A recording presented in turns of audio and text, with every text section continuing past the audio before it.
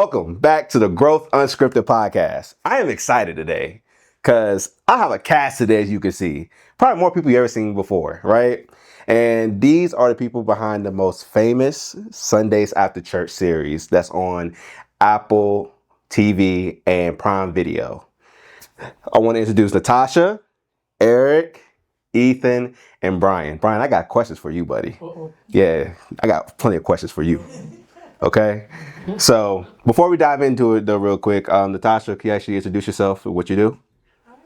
I'm Natasha Boyce Brown, wife, business partner, chief of operations, and all duties as assigned. Got you. Okay, and Eric? I'm Eric Cinnamon Brown, writer and executive producer for Sundays After Church. All right. Ethan X. Evans, director, and I play Deacon Evans. Okay, and Brian? Brian Dargan, producer, and Deacon Clutch in Sundays After Church. All right. So now that we introduce each other, so first I want to start off you, Eric. So, question. What made you even want to start this series in the first place? It was based on a book I wrote back in 2013. Okay. It was Sundays After Church. It was like an installment, first part of a book.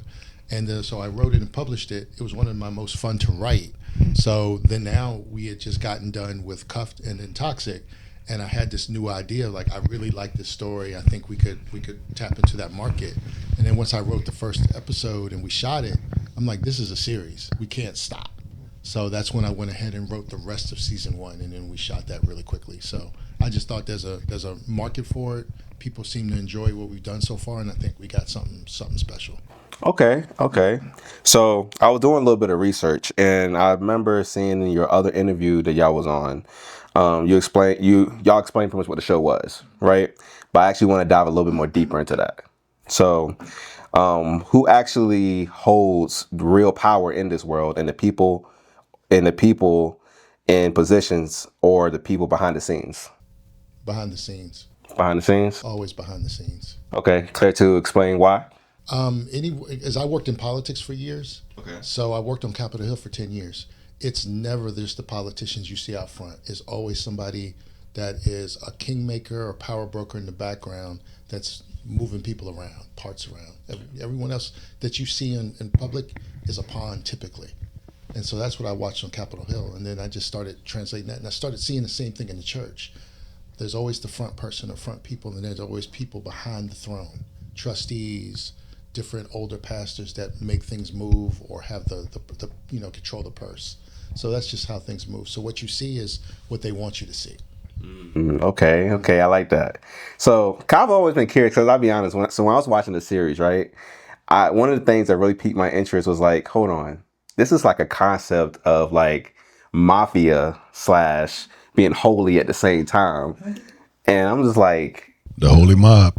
right. And then it starts off with you out here with people tied up and stuff, giving Bible verses. And it is like when you was doing it, it kind of reminded me of Rush Hour when Chris Tucker had the gun to the dude. Said, "Tell him, sister, he about to go see the Lord." It was like one of those moments, like it was just hilarious to me. And then see how the girl that was tied up was all crying and stuff, and the man was like, "Shut up!" And like he was trying to plead for his life, and they said, "Pow pow." I was like, "Dang, you cold, bro." Spoiler alert. Yeah. I feel like that you was born, like you was wanting to be a gangster. I think I'm actually still a little bit shocked that Eric even asked me to do that role. It's not me at all. And so, well, Eric says it is. Eric says it is me. I mean, you fit the role perfectly. No, I think like everybody has a little bit of clutch in them. You know what I mean? And so, in that respect, I think, yeah, there's pieces of me in it. But I think that I just couldn't. First of all, it was such a great opportunity. And I've been doing it for a while, but I never really had that kind of opportunity before. And so I think that was part of the shock for me. And then, wanting to do a great job for not just for Eric and Natasha, but for everybody, because nobody came to play, you know what I mean? And so you want to come in and do what you're supposed to do and do it convincingly. And so, the fact that people are responding is really cool. And it only makes me want to up it up to 1,000. Almost definitely. Because I'll be honest, when I was starting to like your character more and more throughout the series. 'Cause I was like, you know what? This dude is loyal. He makes sure everything is straight. Nobody, nothing doesn't get out or get in. Even in the scene when Sandra, when she hit the girl, hit the girl and stuff after she came from working out with Chauncey, and then just her eyes, she's just like, fuck it, I'm done. And then just runs her over and then knocks on. Then next thing you know, you peer and what's the problem? Not just nonchalant, you used to this on a regular basis. And so I was like, okay. And this man and I don't think ever, well, no, because the pastor, what's his name again? Pastor Gerald. Yeah, Pastor Gerald. Pretty much he already knows really what's going on. Yeah. Pretty much. Yeah. Cause he's kind of because you're right, his right hand man. Yeah. Right. Yeah. So during the entire just going through the entire series and watching everything and then see how all the characters unfold, it was probably one of the most amazing things to me, for real. I mean, I think we're just glad that you got your eyes on it, because I think that that's really going to, once people see the first episode, I think it may be people may be a little thrown off by the title, but once you see the first episode, you're like, wait a minute, this is totally not what I thought. That's exactly what it was. That's exactly what it was for me. The only thing because one of the things that really brought it to me was the scene when we had the mayor scene that you filmed. Yeah, I'll be a good nigga for you. First of all, why is that the only thing you point out? I directed the whole season. The whole director. I'm the whole director. Why is that the only one? and Will Roy filmed that. You know what I'm saying? I just directed it. You know.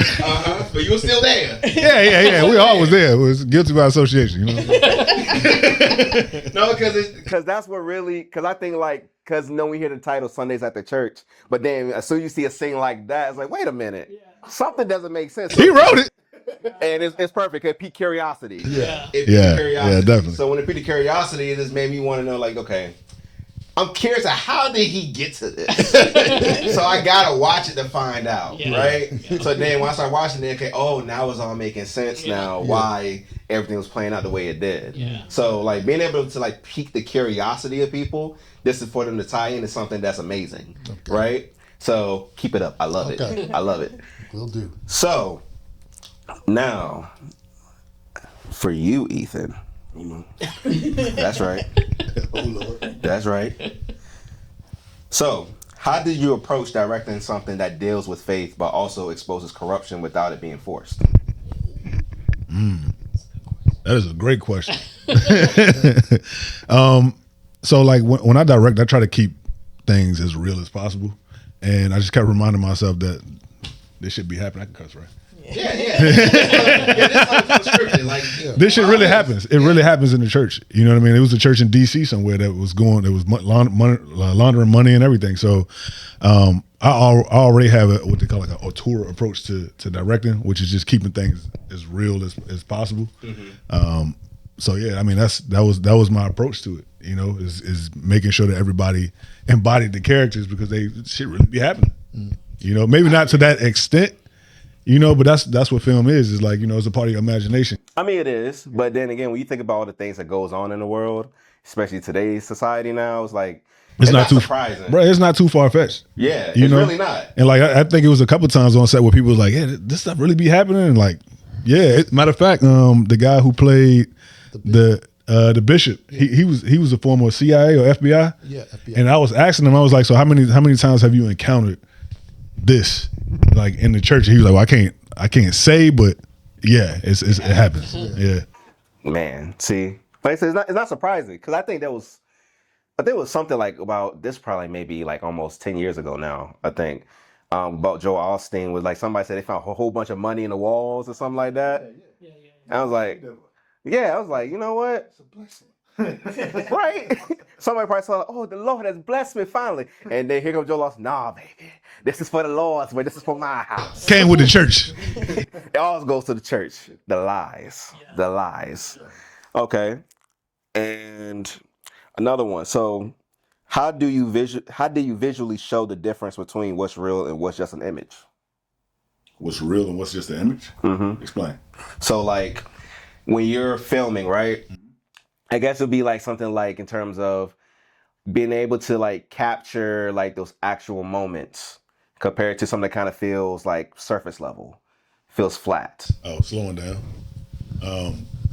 Definitely slowing down, making sure that, you know, for one, Will is a dope ass DP. So like working alongside Will, it's real easy to like find your flow state and capture the things that need to be captured because like we be on the same wavelength a lot of the times. And then having a dope AD too. But definitely slowing down. A lot of practice. We did a lot of rehearsing. So storyboarding, we shoot guerrilla style. So we had a storyboard, but there's some moments, like you said, where, you know, I might have storyboarded something and it just wouldn't have captured it the right way. You know what I mean? So that's what you do, a couple different takes of different, I guess, couple different different ways, takes. and see what really makes more sense. And I try my best to explain to the DP, like, this is the feeling that I want. And then he go to work like, hey, this is what we need to capture. Yeah. Okay, I love that. And Natasha, for you, so from a producer standpoint, how do you balance telling a bold story like this while still making sure it reaches a wide audience? Ooh. You proofread all my stuff. You already told me some censorship. Yeah, it definitely starts with proofreading the script. My husband does have a very vivid imagination. He knows how to write in a way that does get a lot of attention. But sometimes I do have to reel it in and say, hey, do we really have to formulate that scene so drastically? And then if I need to, I'll get back up from Brian and Ethan so they can back me up and say, yeah, we don't really need to do it that way. We can soften it a bit, you know, we can fade the black, you know. And as a producer, and also I'm the intimacy coordinator. So I want to make sure that this film can be seen by at least, you know, families, older teens, young adults. So as the intimacy coordinator, we want to make sure that the scenes are believable, that they're sexy, that they're romantic, but they don't have to be graphic. And so, and we get a chance to work with a wider group of actors and actresses who want to have a great role, but they don't want their ass out there. So, you know, I understand that we're coming from though, because you want to make sure like it doesn't kind of come off like as a porno. Honestly, like you want to make it to like it's like trailing that line, but you're not passing it. But yeah, though. So I definitely agree though, because you want to make sure that you're keeping it at that minimal level. And plus, come on, we got weird people out there. They be hoping to like see something like that. Yeah. So even anything sexual, anything, you know, somewhat violent, you want to show the violence as well. But we sometimes do cutaways so we don't have people's heads exploding on scene and stuff like that. Because again, we want the grandmas to watch it. We want everybody to watch this TV series, and we want it to be successful. What's funny though is sometimes when I'm saying pull back, you'll talk to our audience who are predominantly older Black women, and they're like, no, we want to see more. We want to see more Chauncey and, you know, First Lady naked. So it's hard to find that medium, that happy medium, because I'm thinking for my audience or my friends, we want to see a certain thing. But Eric has also done his research over the years to know his audience, and they're telling him, no, push it. We want to see this. We want to see that. So it's a definite delicate balance. I love that. And let's see. So how do you know when a story is worth the risk of the conversation that it's going to create? I think it's worth the risk when we've had many conversations and talked about, okay, we want this series to be successful. We want to be millionaires. We want to make a ton of money. But if we didn't make any money, would we still want to tell this story? And I think it's really worth the risk what we've done so far, because we really care about these issues of the importance of the community, the Black community, what we can do to empower ourselves. How far do we need to go to empower ourselves? and what are those risks. So we've had that conversation that if we never made $1, we still would want this story told because we want these conversations to be had. Okay. But wait a minute now. But we want to make some dollars Gotta make sure to make some money on that. because we want to continue to tell these We stories. still want to So it's pass the important. collection plate around. Yeah. We want to continue. I respect that 100%. Eric, for you, so I know, so you pull from real events usually, right? So was there ever a moment where you thought this might be too real? Like, oh shit, like I think this might be a little bit, a little crazy right here. I thought about the slave play scene but I know people that have done that. That's the sad part. So, but I also thought about Shannon Sharp. when I'm Jesus Christ. Wait a minute now. But Look when at these contracts. I worked for DIA and CIA. Okay. So and just like I said, behind the scenes, it's not the people you see out front. So when I wrote it, we needed a way to make the mayor compromisable where he can't go back. So I needed a scene where it's so jarring that like, dude, this is what he's doing. And so the church has leverage on him so that they have power of him to make him do whatever they need him to do. Because they know if he don't, Yeah, then the video drops. But that's just how our government works. So the U.S. government works that way. So I call it pimpology, but they call it CIA case officer training. It's the same stuff. that's so It's white labeled, like But it's the same stuff. So I work there where you training people to turn people into spies. It's the same process that you use to indoctrinate someone into a cult or pimp somebody. It's the exact same process. wow. And it's the exact same stuff. And so you find out what they want, need, gap. You either coerce them through payment or you converse them through being exposed. And that's just how the CIA works. DIA, they all work that way. Pimpology, man. Yeah, That's crazy. that's just pretty much what it is. That's how our government works. Yeah. Well, you just received a pimpology lesson 101. Come here, baby. We make it feel safe. Yeah, Got to I collectivize. appreciate you. It's the exact same stuff. So I sit there reading the manuals. I'm like, this is just pimping. Yeah. It literally is pimping. We got the strongest military in the whole world. Yeah, Oh yeah, we do. All right. yeah. You ain't got nothing to worry about. keep paying your taxes. Keep getting our losses. So, like, I spent 20 years on Capitol Hill. I saw so much stuff, and I'm like, dude, this is ridiculous. So I'm just watching it, talking to people, how people move, and there's so many people behind the scenes that are very, very powerful. Richmond probably works the same way. There's a whole unseen I'm pretty sure. control mechanism here that don't let things happen that they don't want to happen. Yeah. And so you never know who they are. They're very powerful people, but the ones you see out front all the time are the worker bees. The puppets. The mayor, all those people, they're all worker bees. They're doing the bidding of people that are much richer and much more powerful than them. That's all it is. So once you understand it, you have to see the people behind the scenes. So that's what gave me the idea for the show, to show how if black people were really on code for each other, what we could do. And so that's why I wanted to create the Deacon Board to become that prototype warrior class that we've lost. Because we lost our warrior class in the 60s when the Black Panthers were killed off. Agreed. And so now we've got thugging, and that's not warriors. That's just thugging. Right. And so, but that's 50 years of it. It's taking a toll. It's like So- a broken version of it. Right? Exactly. So you're cannibalizing the people around you instead of going offensively against your true enemy. And the church doesn't do that, so I wanted to show that. And I definitely seen that. I definitely seen that while I was watching the series about the whole thing about showing unity. Yeah. Right. And even when it had the scene with the other girl when they had the lady, they kidnapped the lady that was breaking the baby's bones and stuff like that. I know that was a real thing that happened in real life. Yeah. So like when seeing that, because I did not feel no remorse whatsoever. Yeah. And you know how like some people are like, but everybody deserves a life. No, there's some people that are just evil. Yeah. Point blank period is evil, right? And like you can't just expect everybody to be good. Yes, we would love everybody to be good, but in reality, we know that's not really the case.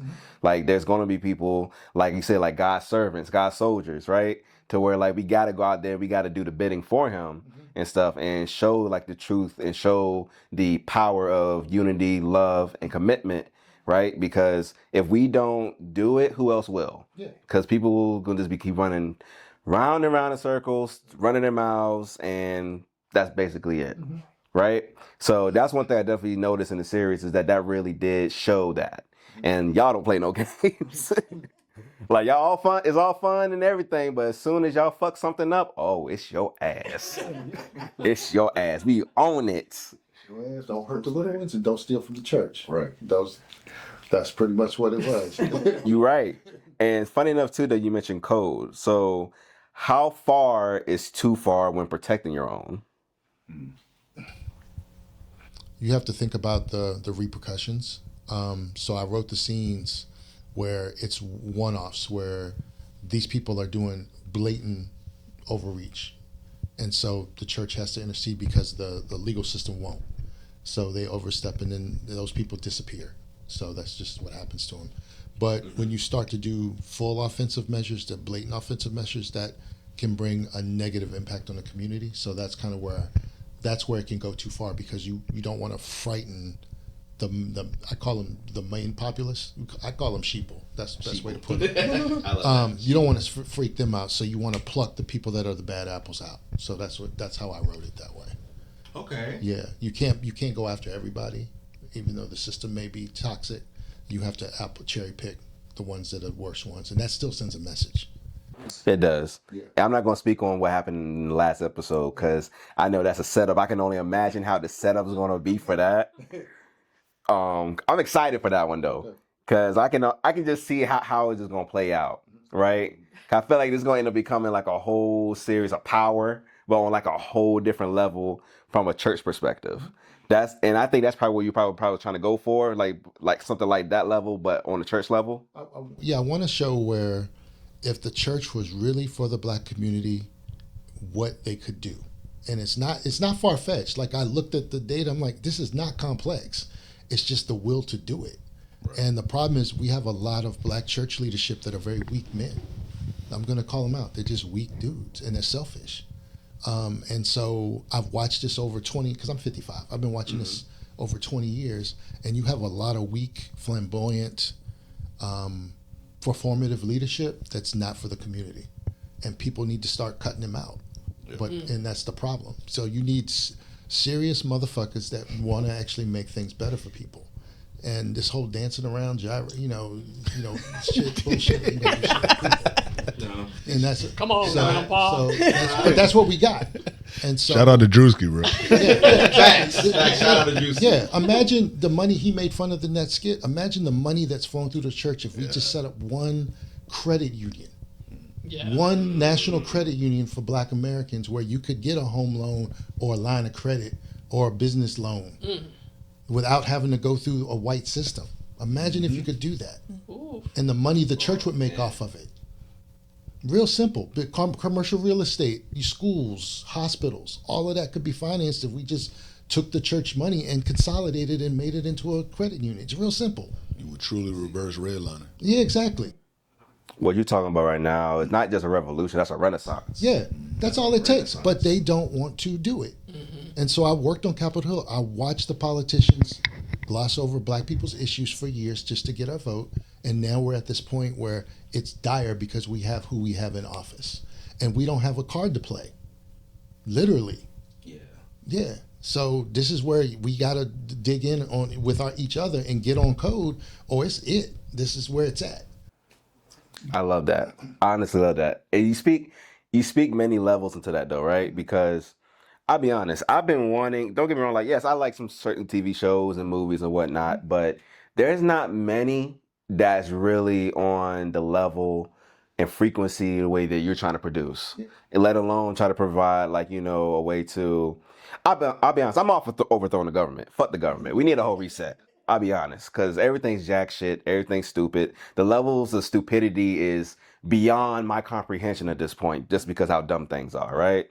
So even for me, right, when I make content, because also I do AI and stuff as well. So some of my videos that I made a while back, I actually made of not just not just, of course, going more deeper in terms of like black men and their pain and suffering, what they go through and what they deal with mentally. But I'm also all for making content as well that's purposeful, something that's revolutionary, something that's going to really help shift the mindset of individuals, right? And if there was more content, let alone more shows and movies dealing with how to overthrow a government system brick by brick, even if you put it in little messages or little pieces in episodes and stuff, I think that's still going to be way more powerful than just simply, just doing something to appease people. Because people have been so appeasing to others for so long now that we cannot really even move with a purpose no more. Like you said, everything's now TikTok dances, or it's like maybe something trending that people want to get now. Things that are relevant or cool. But I milk culture, bro. Yeah. They want to keep everybody service level and stupid. You know what I mean? It's psyops. Yeah. It's all psyops, digital psyops. And so my wife and I said back when the Cosby Show was on, women her age all wanted to be Claire Huxtable. And so because of the images they were seeing, everybody wanted to go, I want to be Claire Huxtable. Now everybody wants to be Sexy Red. And everyone wants to be Sexy Red with the fake hair and the fake eyelashes and the fake ass. That's really where we at. It's psyops. And then everybody else, the dudes, want to be thugs.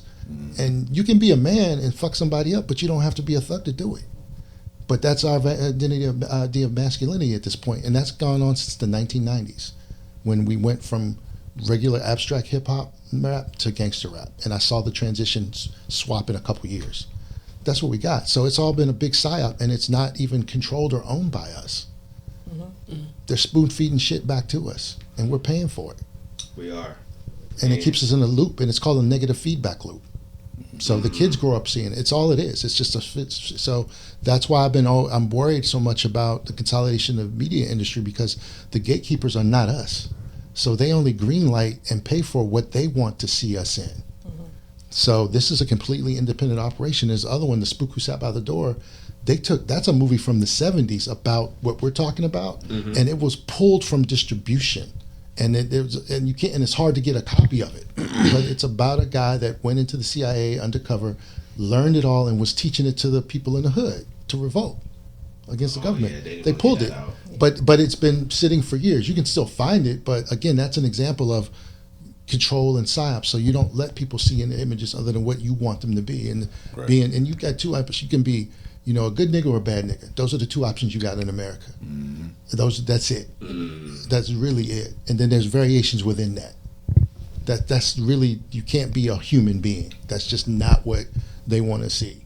So that's just something I'm trying to overcome with the images we have here, where you get whole nuanced human beings that you can take the good parts of them, like Clutch's character. Oh, the dude's this, that, instead of being like the guy that flips out under the little bit of stress and starts killing people, like the thugs are doing now. Like they're just like killing. The standard social. What they flip it. But no, I'm saying the young cats don't know what to model, so they don't understand it. You can't shoot into a crowd of people because you're mad at one person. Right.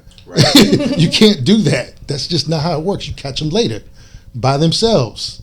That's how you handle it. Or you go toe to toe and you fight it out. And one of you is going to get your ass beat, and one of you is not. And then you square up and squash it. Like, I'm ass beat today. Maybe we'll go at it again tomorrow. But you both are living. And you learn to respect. Instead of just trying to kill somebody just out of mere anger. The only time I feel like a person even be resorted to even to that extent is if they did something like, you have a child. Exactly. Yeah. Or, something extremely close to you. Yeah. Like that, that deserves you getting killed. I'm sorry. You fucked up. But if y'all just, bad mouthing or whatever, let's fight it out. Just fight it. You don't have to just resort to, I'm gonna kill this person. Yeah. And for what? Just for you to be mad for that brief 30 seconds to maybe 5 or 10 minutes, then you end up in prison for the next 20, 30 But years. it also goes back to like I said, the mom melt culture, bro. Like, you know what I mean?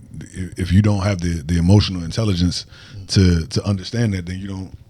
You know what I mean? Like you gonna shoot somebody just because, and that's part of the agenda that they want in the first place is keep them stupid. Because if you're emotionally mature, you understand so I'm 37. Growing up, we were way more emotionally mature than most people are right now. You know what I mean? Like, we understood fighting, you can come back from that. Sometimes you end up best friends. You fought somebody, like I used to fight my best friend every day. My brother used to make me fight him. You know what I'm saying? It's during the summertime, but we ended up best friends. Like we was close, tight. You know, so it's an emotional maturity thing, and like he said, like the whole negative feedback loop that just plays right into it. Because they out, they having fun, just like the shit that just happened recently. They out, they having fun. They get drunk, they get angry, and they shoot into the crowd and kill innocent people.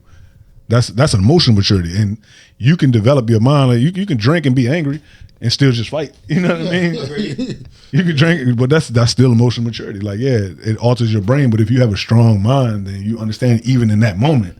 Like this gonna take it there, and I don't want to take it there. Let's just fight. Like you know what I mean? Agreed. So. But some people just don't think that far, unfortunately. Nah, they don't. Yeah, we have to reach. Because I do say this though, right? A lot of people, especially men, a lot of men is not really men. They're unhealed men, very unhealed, very traumatized, and there's certain triggers that they have yet to overcome. So which causes them to do the craziest things, like shooting out to a crowd.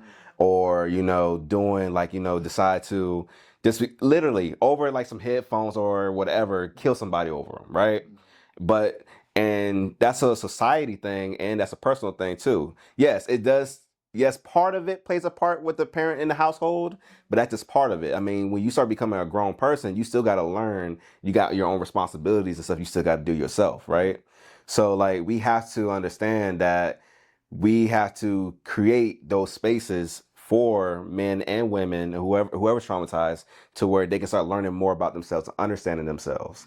Because before we can even see even a revolution even happen or a renaissance created, you got to first make sure you get around the right kind of people, and then the people who wants to get there but they are still on that fence. Then they got to figure out how to heal their problems or their traumas in order for them to even get to that next step.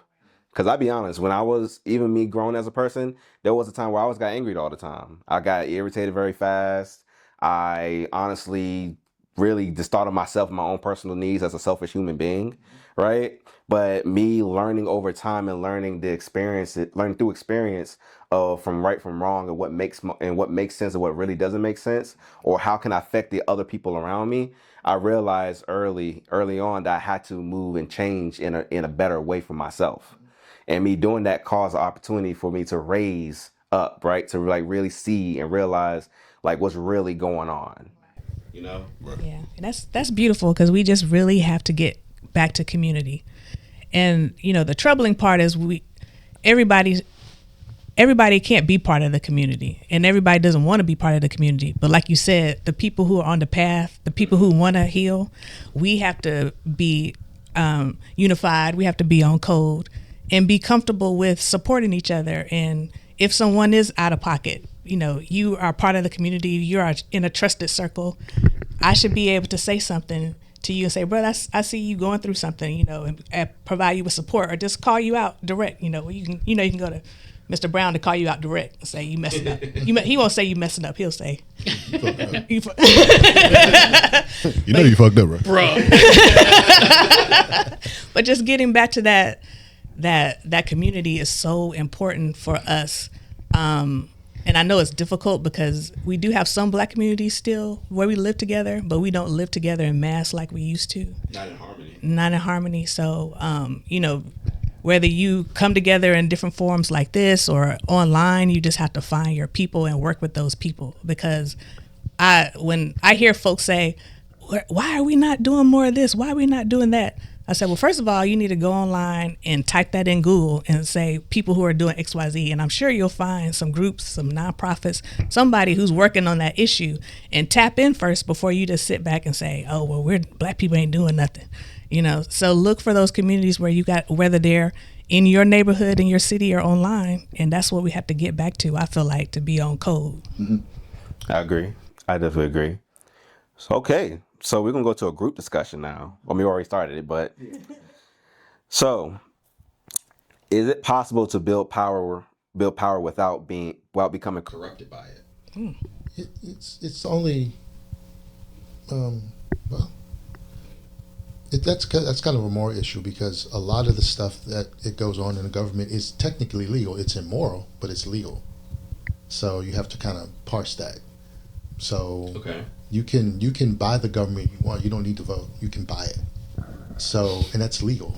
So if you give enough campaign contributions, and you have the right think tanks, you can buy all the politicians you need to get legislation passed. That's what's happening now in the U.S. government. It's not the vote, and none of that is illegal. And so we're competing on two different two different ways. Like, the vote is not the way to do it. It's, you have to buy the politicians you want, and that can be people you detest, but they will take the money and they will do what they are told.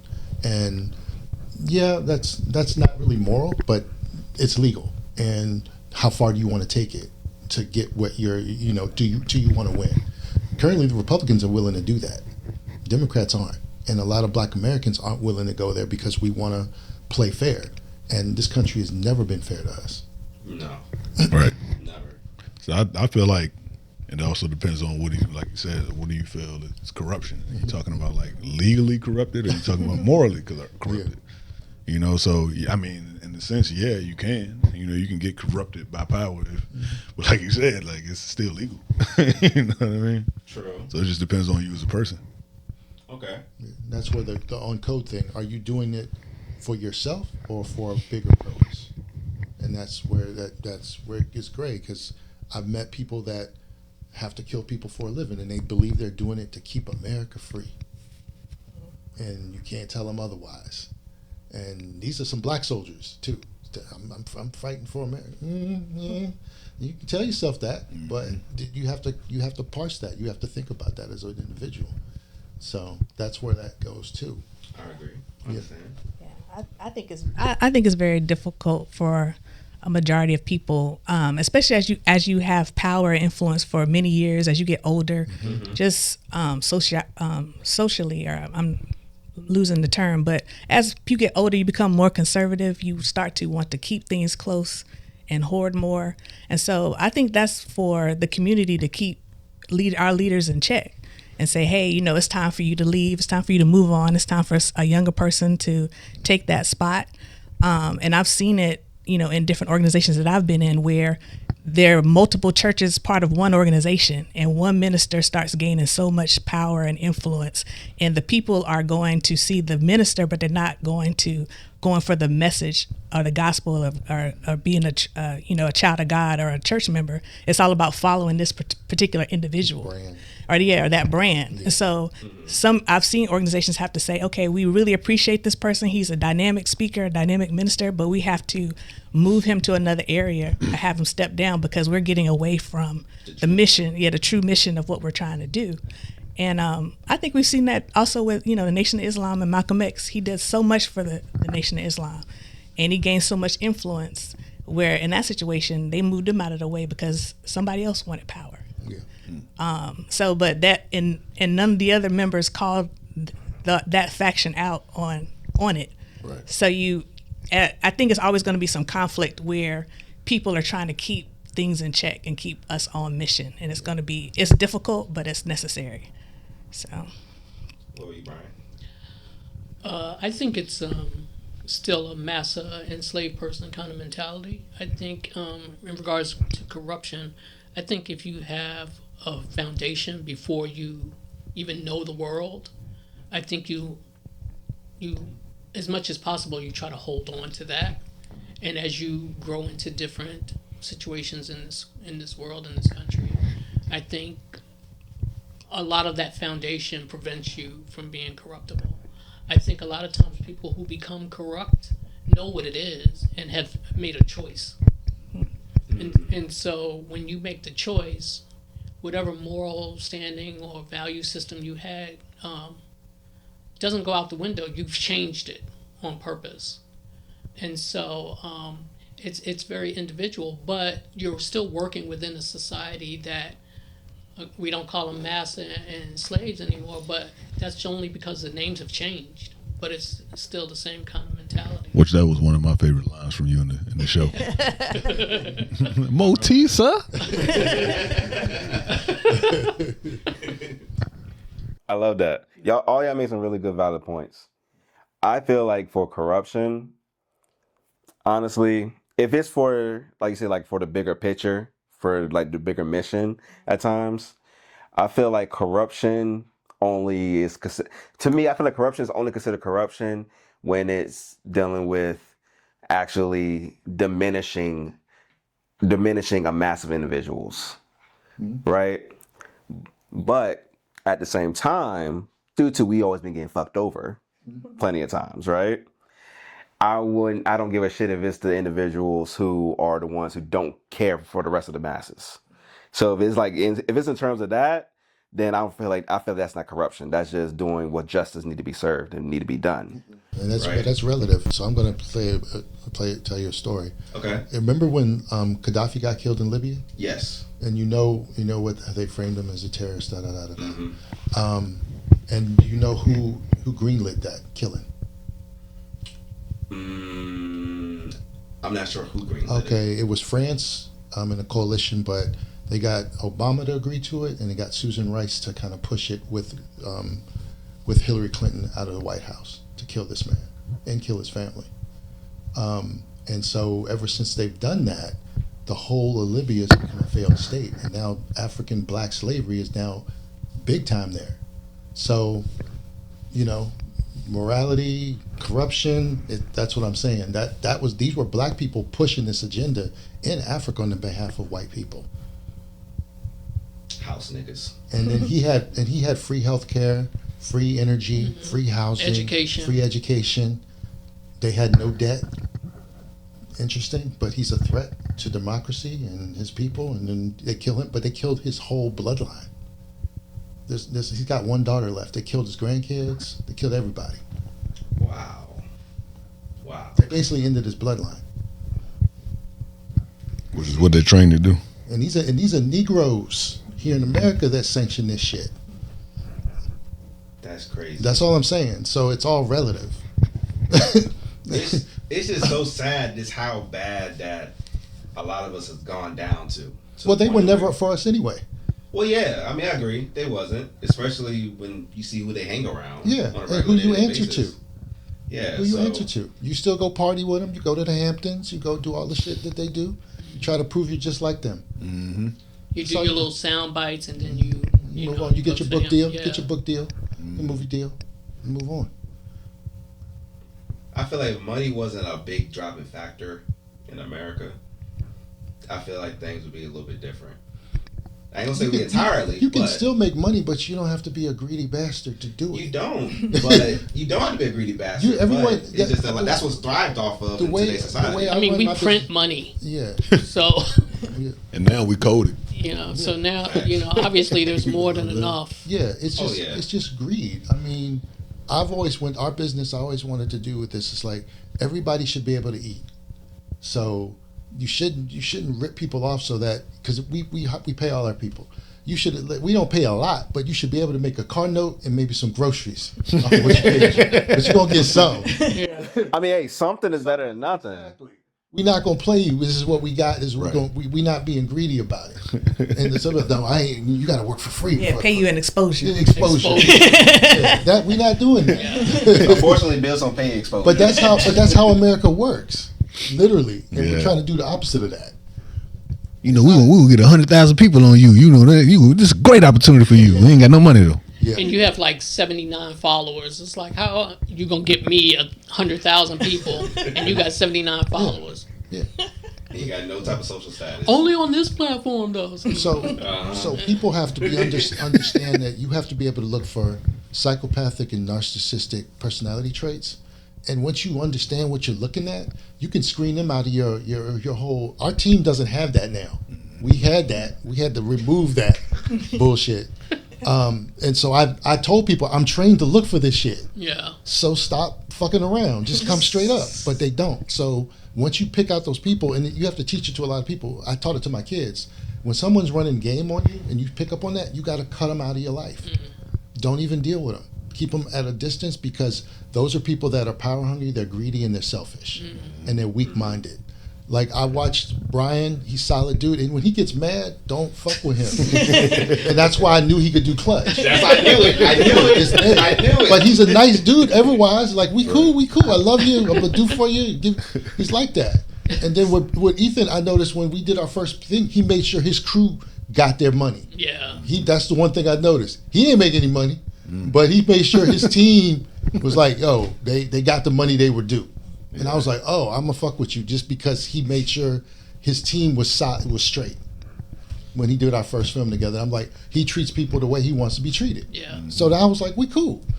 I love that. I love it when people are actually looking out for others. Yeah. Cause that's literally all who I surround myself with. Yeah, yeah. Cause like, even for me, I'm not making a lot of money yet. It's getting there. But the thing is that I'm able to connect with the right kind of people who see not only my vision, but also I see their vision, and they help me out and I help them out. Yeah, right? yeah. But also somebody's greatness doesn't affect your greatness. Right. You know what I That's mean? true. If anything, that's another person that you can go back. You know what I mean? Like, Yeah. oh, I'm trying to do this. Oh, you know what? They Yep. did just make it to this level. Let me holler at them, and then you got Yeah. good blood with them Yep. because Yeah. you treat them good. Yeah. You know? The people you see on the way up, you see on the way down. Yeah. It's simple People as don't that. understand reciprocation. It's like they think if they give you something that they have, that they're not getting something in exchange. Yeah, that's and I not how don't it works. understand the mentality of that, you know?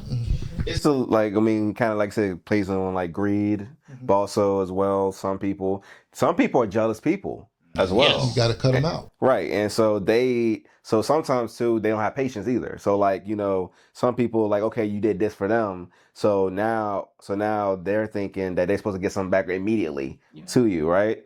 And so like when they feel like after their time frame or when they feel like something should happen, when it doesn't, then that's when some people start switching up on you. So I can give you the cold shoulder, stuff like that. But like if you are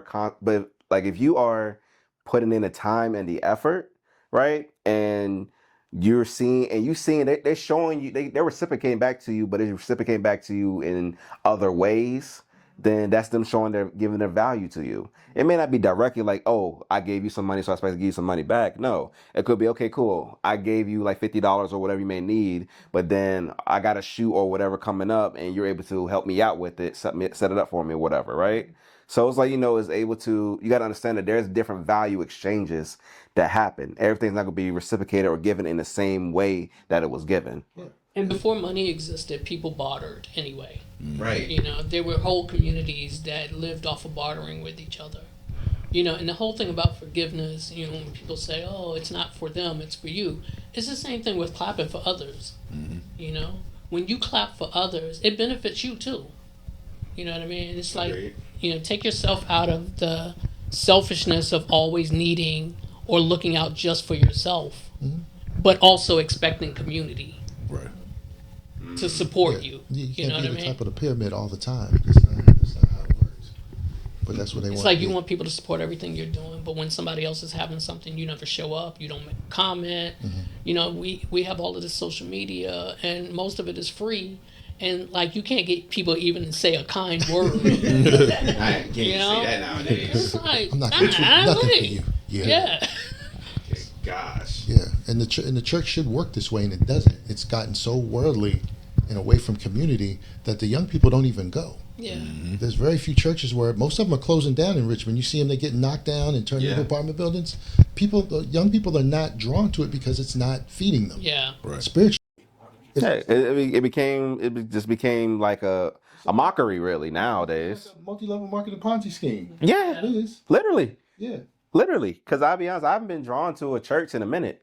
And there's multiple reasons behind that, but one of the biggest things is because I feel like it's not going to really give me the value what I'm looking for. I get more value going out to like different networking events and connecting with people or having deep conversations like this, way more benefiting than me actually going to a place to where I know I'm not going to receive that same level of energy back. I told people about the modern church. Everything I learned about the modern church, I learned from strippers. That's the best way to put it. Strippers teach you some things. It's the exact same model. I love you. You're great. You're a great person. Those are the real disciples. It's the same thing. It's the same thing. Preacher says, give me that "Nothing money." wrong. You come as you are. You don't have to change. It's the same Gotta stuff. have some change. It's the exact same stuff. There's no difference between going to strip joint to the modern church. Say, not saying we're going to do the killing. Wink, wink. But like, would that be like a church you will be willing to create one day? If it came down to it? That's the model I'm trying to. That's the whole point to PSYOP. It's like this is a model that people can emulate, however you want to, but it's some positive Wink, wink. best Wink, practices you can use. allegedly. Allegedly. I have to get into the other seasons, but you'll see how when you pool your money, what you can do to buy the government that you want. Because it ain't the vote. That's not. It's never been the vote. We'd like to think that, but real power is money. I don't vote. I have, but I'm just saying. There's more to it. I'm just watching how you buy the government you want. As simple as that. And you buy Republicans and you buy Democrats. And this is the policy we want. And you write the policy and you tell them to, sponsor and push that policy because you're paying them. That's all. The church needs to pull its money and lobby. Pretty much. That's really what it comes down to. So there's no reason we couldn't get reparations and reason we couldn't get a bunch of stuff if we just lobbied the right way and bought off the politicians. And you can get racist politicians to back a reparations bill if you give them enough money. It's just all about the money. So would you say then? What you guys say? None. You're ready to say something. You can say your piece. Speak your piece, King. That's not a part of the show. Right? Yeah, it's not. So okay then, understood. Okay, because I feel like I definitely believe though, like that type of church does exist. It does exist or becomes existing. I'll be open to that because that'll be. And I'll happily be one of the deacons in real life. And I have a real life deacon. But it'll be a great experience. I feel like a great experience because I watched Muslim culture. I watched the Catholic Church. Those are very powerful institutions. And they have a lot of money and they move a lot of whatever agenda they want because they have the money and the power. And that's how they consolidated the money and the power. And they've got a few figureheads around. But when they have a policy they want pushed, it gets done. So let me ask you then, do you feel, so when it comes to like, the whole voting process here in America, with that logic in mind, right? So do you feel like then a person's vote wouldn't really matter as much for public based on that logic? Well, we've been going through that, and they're still passing stuff even though we don't want it. So, where for public-facing stuff, you want America to appear to be a democracy. That's the marketing pitch. It's not really what it is. So you need that out front to make it look like we have a democratic, electric leadership in this country. But they're bought and paid for by a whole different set of people that don't vote. Right. This is the capitalist country. Yeah. So you just need the window dressing, putting lipstick on a pig. That's what it is. So once you understand that on a pig, that's what you're doing. So it's good for public consumption, but at the end of the day, you have to buy the leadership you want. Because you can go to Kamala Harris today, and if you don't give her enough money, you ain't gonna hear it. She's not gonna pick up an agenda item for us. Or pass anything that we want exactly. to get passed. And black people have been asking for simple stuff. I mean, give us, you don't want to do reparations, just give us no taxes for a certain number of years. And it can be done because it's been done for other cultures. Yeah. There's been plenty. There's just no interest really in doing it for us. Yeah, or just leave us alone. Yeah, that's the big thing. True. Stop trying to go into the communities and disrupt stuff and gentrify and urban renew. But they can't exist without us. Yeah. That dichotomy, that contradiction of existence is you don't want us here, but you can't live without us either. The truth is, our culture is a machine, man. Like the black culture is a machine. We spend the most money. We create a lot of resources. Like a machine. I agree. We were physically assets through slavery, and then we became consumer assets after, because we had to buy everything from them because we don't have the farming apparatus, we don't have the manufacturing. So you've got a built-in consumer base that has to buy what it needs because we're not self-sufficient. And we have influence because of the culture. Yeah, because just our posture, our natural posture, like we just make shit look good. Yeah, good. You know what I mean? Yeah, we good at that shit. Making something out of nothing. We did this film in 10 days. Yeah, with a 10 days with a smaller series. The whole season. Yeah. 10 days. 10 days. Wow. That's something and not a lot of money, and it's like, and we got it done, and quality is there. So even if we don't, like I said, making money, I know we did a damn good job on this, and then even 20 years from now, some kid will watch it like, oh, this is good. I like the images I'm seeing. I haven't seen men like this before or women like this before, because even the Deacon, the Jackie character is an archetype that I wanted to create. So that's why she's there.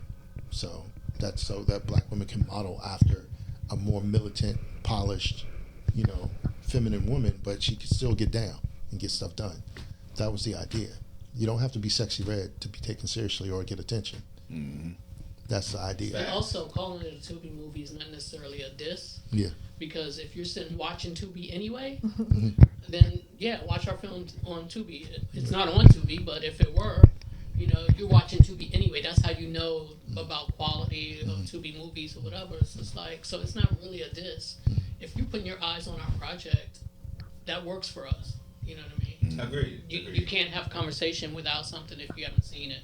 Mm-hmm. So if you've got all this commentary about it, then you're watching, and we appreciate it. Thank you. Thank you. Appreciate If you it. don't like it, rip us online so we can use the publicity. Yeah. If you don't like it, I mean, we consistently say, whatever your feedback is, we appreciate all of it. It's either not going to matter or we're going to take it and use it, to make it better. So, you take what you need and discard what you don't. So none of it is bad. Yeah. Yeah, for me, when I look at movies anyway, I care more about like the storytelling and the meaning, bigger than anything. I mean, of course, yes, to a decent quality, but I mean, like I say, where y'all shot it and plus with the budget y'all had, like some people be surprised at that. But it's Yeah, like I everybody's an auteur. Everybody's a filmmaker when they watch a film, everybody. Oh, they can just see you. Why was the lighting in this scene? I was like, be quiet. Why he say it that way? Why he didn't say it like this? Like as if like they've been doing it for years and decades. Yeah. And they probably haven't done anything. Nope. So, Well, you're watching. They haven't created You're watching. their own. Yeah. You know what I mean? what it takes to get it done, getting the right people, trusting the people to do. Like I'm out of the way, and then Ethan's like, "Man, you the EP, you gotta come look at this." And I'll be back in the cut because I'm like, "You got the table. I've set it. Do your thing." Mm-hmm. And they'll be him and the AD will be like, "Eric, come look. Is this your vision?" And I didn't know that's what an EP is supposed to do. I didn't know that. I'm like, "Oh, this is script. All right, go do your thing." Yeah. I literally was like that. Yeah. So they told me like, you need to kind of come here. Yeah, I'm He was like, Eric, right, y'all got it. But I love it though that on set like y'all was able to work as a community though, like actual real family, Yeah. and like you said, like you didn't know something for sure, they pointed it out. I'm like I said, I'm 55, but I don't know everything. Mm-hmm. So I try to get people that are good at stuff, know how to treat people, and like, what are the positive negatives of what we're trying to do here? And this is the money I got, and this is the time I got. What works? But it ain't got to be all about me. So Brian and Tasha have been like, you got to promote yourself more. They were working on it because I'm in the cut because I don't need to be seen. I don't have that need. Yeah. The project is what I'm proud of. It ain't, oh, you got to see Eric Brown on this. And that. No, I don't give a shit. Yeah. But so that's something I've had to learn because I have to promote the product. But I'm more like, get the right people in place, give them the tools and the stuff you can give them, and let them do their thing. And then once they grow, they're gonna, it's gonna help you in the long term because you got an ecosystem of people and these are a lot of black filmmakers that don't get a lot of opportunity. And once you see them in their zone, they're excellent. But typically they don't get picked up. And I'm gonna be very honest, a lot of the white filmmakers want to hire their best friends, their boys, or the women they are comfortable with. That ain't us. Yeah. Unless you smoke weed women and you want to chase white women, then you might be considered cool. but that's how you get in. But they just don't give us a lot of opportunities. Yeah. And then they don't understand our stories too. Right. Yeah. They just don't have a respect for them. Not really. Right. They have an image of what they want black people to be. It's either the good Negro or the friendly Negro that you can, I can sleep with a black guy and he's a safe one. Or I can smoke weed with this guy and, that's pretty much a safe, friendly Negro. Those are the two options. They don't know us as human beings, right? Typically, and that's their problem. So I wanted to create an environment where the black filmmakers, the actors, all get a shot to do nuanced characters, do layered, complex things, and then see what they can really do. And what we did is amazing in 10 days. Yeah. I mean, Eric's really created an environment where, he's brought all of these different kinds of personalities into a space and said, hey, this is this is what we have. And every single person was like, bet. Like, with experience, without experience, people really wanted to be there, which is so important, you know? Like, this was Patrick's first role. Right? Yeah. Chauncey played Chauncey. He was actually a little surprised, even though he auditioned, he was a little surprised that he got it, I think. But when you see him, you're like, I can't think of who else would have done it. Right. We saw a lot of different people. Yeah, we kept looking. You know, but once he was assigned the role, it's like, I can't see anybody else as Chauncey. You know what I mean? And so for a lot of the characters, it's the same way. It's like you go through the audition process, people submit their tapes or whatever, and then, you know, the people that you select, once they're on camera, you're like, who else would have done it? Exactly. Like, who else would have done it? You know? And everyone locked in. And like I said, some people were completely new and then they just did the work and preparation. Yeah, and once you see it, you're like, they never really acted before. I'm like, no. But everyone is also treated with respect, too. Yeah. And I think that's a big part of it. It's like, you know, you have your set days or whatever, but sometimes people wanted to be there on their non-set days to just hang out and eat and commune with each other. You know, it really developed into a family-like atmosphere. And those are the kind of sets you want to be on. Right. Because at the end of the day, like, this is film, bro. Like, you get to do this. This is to me, this is like something that you should be honored to do. Yeah. It's a blessing to be able to, like, express yourself like this. So why the fuck would you want to make it toxic? You know what I mean? Like, why would you want to? Why you gonna fuck shit up for everybody else? Like, I never want to be the asshole director that's yelling at people on set because, like, why? Why would you? That's life, bro. Like, you know what I mean? You gonna and Ethan's style of directing too it makes you want to come too, because he says what he means and means what he says, but he's also kind of gentle with it. You know what I mean? And he's instructional in it. Like, if you're not sure what the character is supposed to be doing, he can, like, direct you and lead you into what it is that you're supposed to be doing in a way that doesn't feel like he's against me or you know, I'm a shitty actor or whatever. It's like he's gonna, because it's his ass on the line too. Like, he's gonna make sure that he gets what he needs, because it's, you know, you put director on the screen, and it's like, yeah, and he's a perfectionist. Yeah. He like, I can't let it go, man. Yeah. Can't let it go yet. I mean, ain't ready. He's thinking about it. Constantly thinking about it. Yeah. He will not let it go. Like, this is your day off. No, it's not. This graphic is not right. It's got to be crisper. It's got to be crisper. He's like, he will not let it. Add to that, just love all of our cast and crew members so much, because also they're so multi-talented, and everyone is taking the ego out of the work that they do. You know, like, even like Eric, there's a respect for leadership, but Eric sets the tone, because if he's not looking at the screen as EP, he's probably running around picking something up, transporting people around, grabbing food, doing all these different things, and everybody kind of fell in line of doing that. Everybody has on our set, you know, 4 or 5 jobs. We joke about that all the time, but it's really true that everybody has 4 or 5 jobs to make this happen. I mean, Deacon Clutch here is also one of our wardrobe designer. Yep. He's our artist in residence. A lot of the art on the wall is his art. HR associate. Defecto HR, public speaking coach, and he's my personal coach. He'll get behind me and say, "Hey, you need to go speak to those people over there and let them know that you're the EP and get them together." So he has a lot of different jobs, and even, you know, Ethan doesn't come in on the set with a bunch of ego like, I'm the director here. You know, he's getting the coffee, getting the coffee ready, getting other stuff. We're like, because we gotta go. We don't have time for people to say, this is my role and I'm gonna stay in this one role. To be able to do independent film on limited resources, everybody is rolling their sleeves up and saying, what do we need to do? And it's been beautiful to be a part of. And then I wanted everyone to have scenes where you can put it in your reel, like, I'm fucking proud of what I did. Yeah. That's what I wanted. And so everyone, once I see what they can do, I'm like, oh, and then I find out somebody sings or they do something else. I start writing that in, because I can see where they can go, and then I know they'll put in the work to do the preparation. Because I've watched them on set, because I'm always watching everybody. I'm like, let people be who they are. And so I'm not trying to make somebody something they're not. Like, if you're on it, you really want it, you put in the work, and I see where your range is, I'm going to start to write stuff to let you stretch your range, so that you have a real, so that you're not playing a one-dimensional thug or a one-dimensional prostitute when you go to Hollywood, and you've got nothing else to fall back on, because that's typically what happens. You end up playing very one-dimensional characters in formal Hollywood. It's like we want the characters to have real names, not prostitute one. So I see like some movies you'd be like prostitute one, right? Prostitute two, thug one, pimp three, whatever.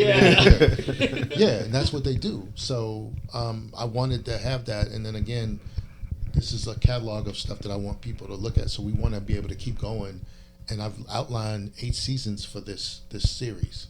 So 4 right off the bat, and then an additional 4 after that. But then I got a bunch of movie ideas that we all want to do. So we just have to build our war chest to be able to do that independently. So question then, or is part of the series for Sundays at the Church is probably going to becoming a movie trilogy, or maybe like tie into a movie at all in some way? Possibly, but I think people like the series more. Originally it was going to be a movie, and they're like, this has got so much more meat to it. It can't just be just it's too big. It's too big. And I'm like, because originally that's what it was, but I'm like, it's got to be longer form. But we had other ideas or spin-offs that could be filmed, you know, because all the like diving deeper to like all the characters' backstories. Like people want to know where Clutch came from. That's a whole different thing. Where the Deacons all came from, because I have it mysterious on purpose.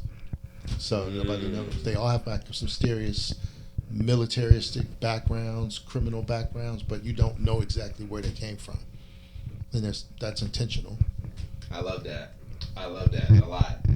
So let me ask y'all this then.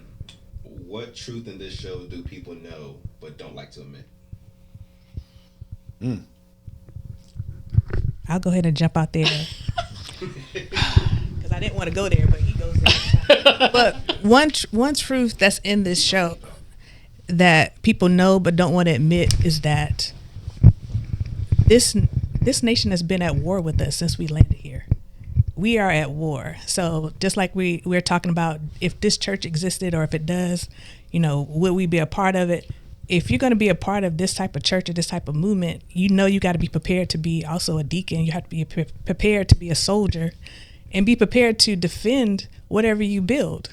Because I always got to remind people, throughout history, Black people have always built our own communities. We've always built wealth for ourselves, and every time we do it, our neighbors come in and want to burn it down, want to take it from us, want to steal it from us. So we have to be prepared and deal with that truth that we have to defend whatever we want to have in this world, and that's justice, and that's godly. I believe the Bible that I read and the Jesus that I serve, I believe I believe it's holy. So I think that's one uncomfortable truth, that we as Black people think we can go out and march and protest forever, and that works in some regard, but it's not what's going to be able to help us maintain whatever we want to have now. For me, deeper in that ecosystem, like that she just built, the truth is a lack of accountability within the culture as well. So like one of the scenes where the Crash House did what they did, and then we came and, you know, reprimanded them for that doesn't exist right now. You know what I mean? So that's let the judicial courts take care of the right. problem. So that's the truth. The truth is but it used to. You know, it used to back in when the Huey P's was around, and you know the Black Panther Party was a lot stronger. That type of stuff did exist. They would reprimand you for stepping out of line and not being on code. But the truth is, right now, it don't exist. You know, we just don't have it. So, I agree. It would be nice to bring that back. Yeah, we don't have, the men aren't in the church like they used to be. They've gone. So they've gone and moved on to other things, and we're dispersed. So it's hard. And like I said, we don't have a formal warrior class like we used to. So we need to reconstitute that. And there's a lot of good men around us. We just don't know each other. Like we're dispersed. I met some really good dudes, but they're spread out all over the damn world. Black dudes that are really talented, really, really good dudes, but they're spread out. We don't live together like we used to. So it makes it harder to do it. So you have to build where you are with the people around you and kind of set that tone and create that environment where, you know, The women can walk around, feel safe. They're not going to get harassed. The kids are safe. The young cats that want to show their ass, they know these are the boundaries, these are the parameters. You step over them, you're going to get fucked up. This is what's going to happen. And we don't have that now, so you can't. It's hard to keep the young men in line because they don't respect any authority. So you have to start to reinforce that type stuff. So that's an uncomfortable truth, and that has to come from the male side of the community at this point to set that tone. So you create an environment where people can move, do what they need to do safely without somebody popping off at the park and killing somebody, Right. or molesting your kids or whatever it is that somebody's doing. You know, because I get it. People are going to always sell and use drugs, but there's got to be rules and parameters around that. Yeah, within our own communities. Yeah. We do need to regulate and have. Yeah, and then you can't cannibalize your own community, which is what happened. Because they want to control the block, you end up bringing it down because people can't live there. Right. That's the problem. You know. And we need to get out of that mindset if we ever want to see any type of flourishing, which honestly I feel that's going to end up happening if we, a collective of people, like create their own community and it's kind of like something where, of course, yes, we want everybody to come in, but we got to be selective. Yeah. Well, we're not going to have a choice soon because the economy is going the way it is. So we don't have a choice. We either work together, or the ones that want to go off and work with the dominant culture, that's a sinking ship. So we have to become internal and build a parallel infrastructure, because our current leadership is taking us down the tubes. And so I'm just going to go off the fact that he attacked Iran has set them up as the new world power. They control the chokehold on the country. And now everyone's leaving the U.S. dollar for the yuan, the Chinese yuan. I saw that. The dominant culture's quality of life is going to drop. So we were already never part of that. So we have to build our own shit at this point, our own lifeboats. And if you don't want to do that, cool. You go do it to dominant culture and figure your shit out. But the rest of us, I'm trying to work with my people to make sure we all eat, we're all good, and we still here. And I think part of it has to go back to the Green Book and moving more in silence than espousing everything online and telling everybody what your moves are. I think sometimes you have to move in silence and in code. I think we definitely have to get back to that. And regarding the YNs or people who are just not receiving the instruction from the elders, I think part of that is they don't know how to be accountable to themselves. And that's why they don't have the receptors to receive the information from the people that are trying to steer them in the right way. And I don't know what the answer is. I mean, speaking on that, a lot of them do want guidance. You know what I mean? That's me being around some of them, and you know what I mean, having them in my family, and you know what I mean, like a lot of them do want guidance, but it's just not enough. It's not a lot of men out here that they respect enough, because most of the men today, they more concerned about looking better than being better, or they don't have the credibility. You know what I mean? They don't have the credibility. Because I'm not listening to you, see old what nigga. you do. I hear what you say, but I also see what you do. You know, you ain't moving like you trying to tell me to move. Right. Yeah. You know. Right. I agree. Because I would definitely say, especially in the series, like you would think when the pastor told Sandra that he was gay, you would think. Oh yeah, spoiler alert. Cut that out, please. Oh, we will. When Sandra found out that he was something else, right? you would think that he's not going to really have much clout and influence, right? But for him to still operate the way he does, right, and the way he carry himself, you would not have a clue in the world. And like you said, you kept all the characters' backgrounds a mystery. So clearly there was something that happened in his bebackground to kind of pretty much place him in the way he is and operate the way he is, right? So like being able to see men operate from that way and that type of wavelength is something that is inspiring, right? And we do need more men like that, 100%. But in order for it to happen, it's going to take a collective of people to help change that one, and then that one turns to two, then two turns to five, and so forth, right? So it's just that we have to lead by example. Yeah, it's, because I didn't start figuring stuff out till I was 30. It takes a while to you know what you've been told to do, but just getting seasoned to understand how the world works. I was 30 before this is how this, and that's when I started working in Capitol Hill and this is how the world really works, the underbelly. That's when I started to really see, how things go, and I started to get seasoning and started looking at things holistically. And it takes a lot of dudes a lot of time because you're not exposed to it for one. Right. But just, and then growing in that and then sharing it with other people. Because I got put on stuff by my grandfather. But I was a kid, but it didn't hit me to come to my awareness till I was 30. He did say this shit was going to happen. It's he had 6th grade education, but he had the insight. Yeah. So I spent a lot of time with him and other older men that would just drop game on me. And I didn't realize what they were giving me till I lived some life. Between 20 and 30, I'm like, they wasn't lying. Okay. I thought they were tripping. And so I want to do the same with younger dudes too. This is my experience. You have a different environment, but these are the things that you're still probably going to have to navigate. And it may look like this, it may morph and change. But my grandfather told me how corporate America was going to be. He never saw it. My whole life in corporate America has been, he told me that when I was 14, this is how it's going to go. This is how white men are going to move around you. This is what's going to happen. This is what you're going to have to do. Lord, was he right? He was dead on accurate. Man. And I had those men around me, and I'm glad and blessed that I did. So when dudes come to talk to me, I'm like, let's just sit and talk.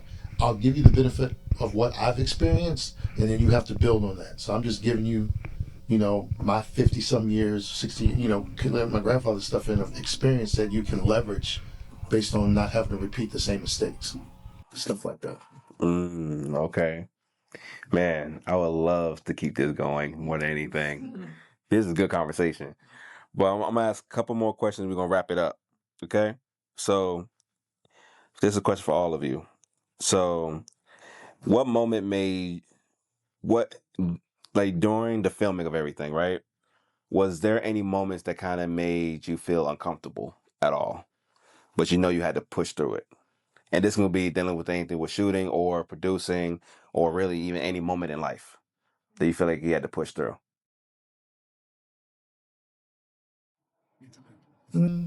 I think with some of the intimate scenes, I wanted to make sure the actors were comfortable. That was always something that's on my mind. That the ladies are comfortable on set. That they're going to be proud of what we do. So that's kind of on my mind because we need them to be comfortable in those roles. So that's something that I was making sure you good. And then my wife is the intimacy coordinator, but I'm also talking about the writing. Are you comfortable with this stuff that I've written, or how we're going to deliver it so we can? So that was always a kind of a constant because we're told by the female watchers we need to keep it spicy, but so you have to balance that too. So that's something I always think about. Okay. Making sure people are comfortable on set, so they can come to me, they can come to Brian and Ethan, and say what their position is, and be addressed, that kind of thing. All right. What about you, Natasha? Wow. I think some of the challenges for me is where we've had to call out different crew or cast members that are super talented, but they may just not be a right fit. They're not respectful to the rest of the production. They're doing things that are detrimental, and one apple can spoil the bunch for everybody, and that could be a ripple effect. So I think those were some of the really uncomfortable times where we had to say, wow, this person's really, really talented, but we're going to have to let them go and let them go quickly. And it was a great exercise in just trusting God. And because every time we've had to do that or turn somebody down, we always got somebody who was even more spectacular to fill that role. Ethan. Roll. Question was pushing through, right? Moments we had to push through. For me, and I've said this before, it was some of the more triggering scenes, things that I've experienced in real life. Specifically, like episode 4, the beginning of episode 4, like that happened in real life, in that exact spot, to one of my friends. Yeah. Wow. So, having moments like that, where you just gotta get out of your mental and just remember you on set right now. You gotta keep going. You gotta push through and direct, because like it was moments, especially like when homeboy came across the street, he like, I thought y'all was shooting for real over there, John. Real. Yeah, he was like, I thought because it happens right there all the time. You know what I mean? And moments like that, and just having to relive those while being on set, telling other people to live those. Like, you know what I mean? So that was for me. Just kind of had to push it through the trauma side of it and deliver. I love that. I'm glad you was able to push through it though. I can only imagine just sitting there and then like, when you was filming it, and not only of course you were reenacting it almost, but like it's just the emotions that was probably going through you at that point in time. Hell yeah, you gotta use it though. I just trying my best. You would try, channel it. Yeah, I respect it. Who you, Brian? I'm never triggered.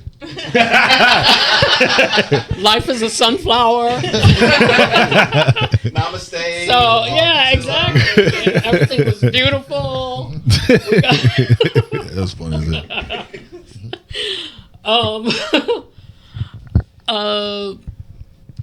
If I'm completely honest, I think I oftentimes, probably more times than I omit to other people, is I have a type A kind of personality. Okay. Never knew that. And so I'm like looking at everything like, I wouldn't necessarily do it that way, but okay. All right. Or I try to ask questions in a way that doesn't seem like I'm usurping somebody's authority. But I think that's been more triggering for other people, because people look at me like, I know what you're doing. What you talking about? I'm just trying to be a part of the team. No, I to be honest, I didn't have a lot of things that triggered me. There were things happening that, I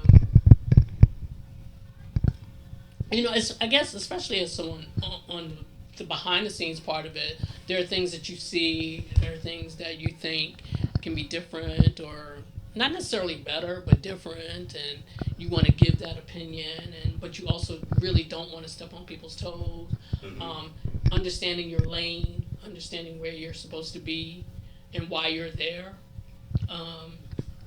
But in terms of triggers, there wasn't really triggers for me, only because I think that you surround yourself by people who have the vision, who know what they're doing.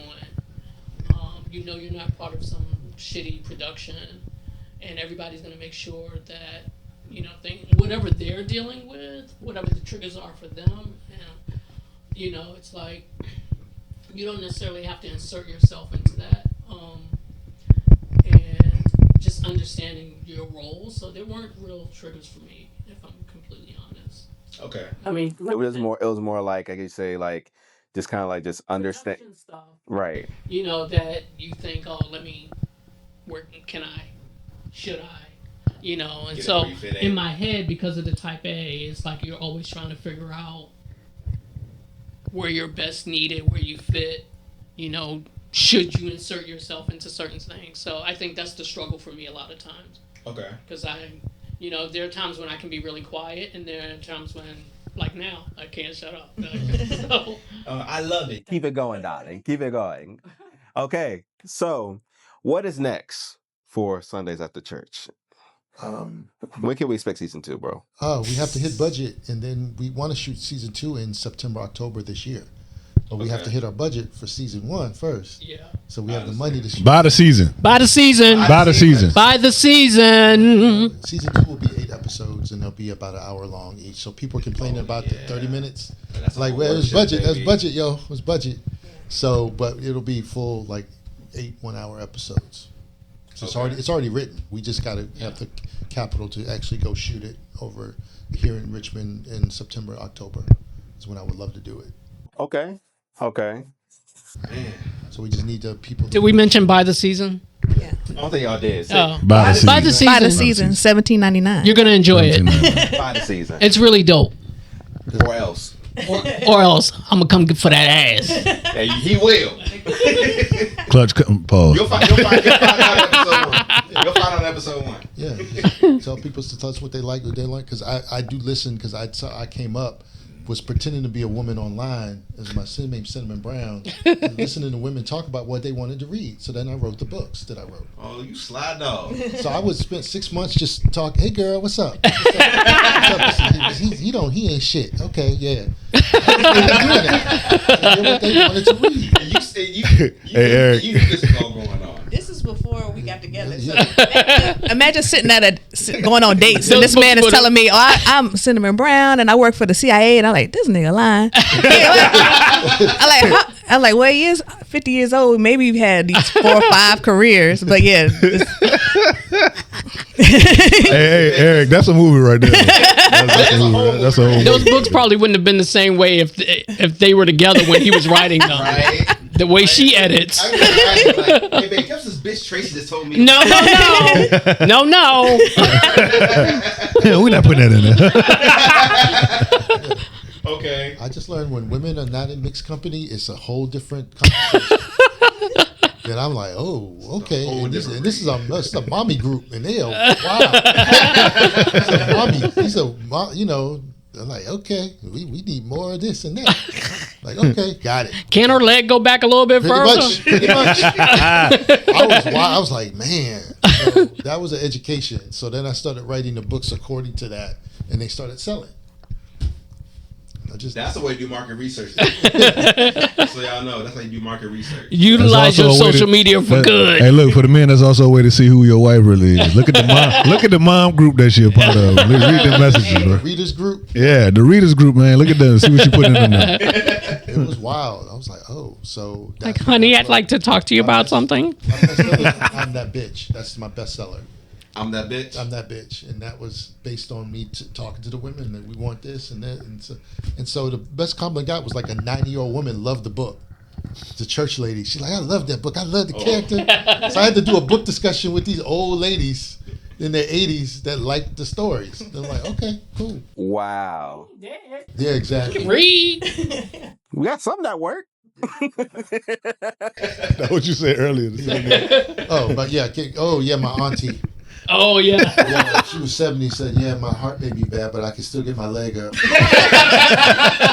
at Christmas dinner. Like, okay. She went that holiday treat. Auntie Wild. Auntie Wild. Auntie Minnie, yeah. Oh my goodness. So Man. So it's pretty raw out here. Good gosh. Okay, so let's start around the board. Where can they find you on social media? On Instagram, I'm at Money Savvy Sister, and then Natasha Boyce Brown on Facebook. Yeah, Sundays After Church on IG and Cinnamon Brown on Facebook. Okay. Ethan X Evans on mostly everything, and on Instagram, yeah, I'm the director.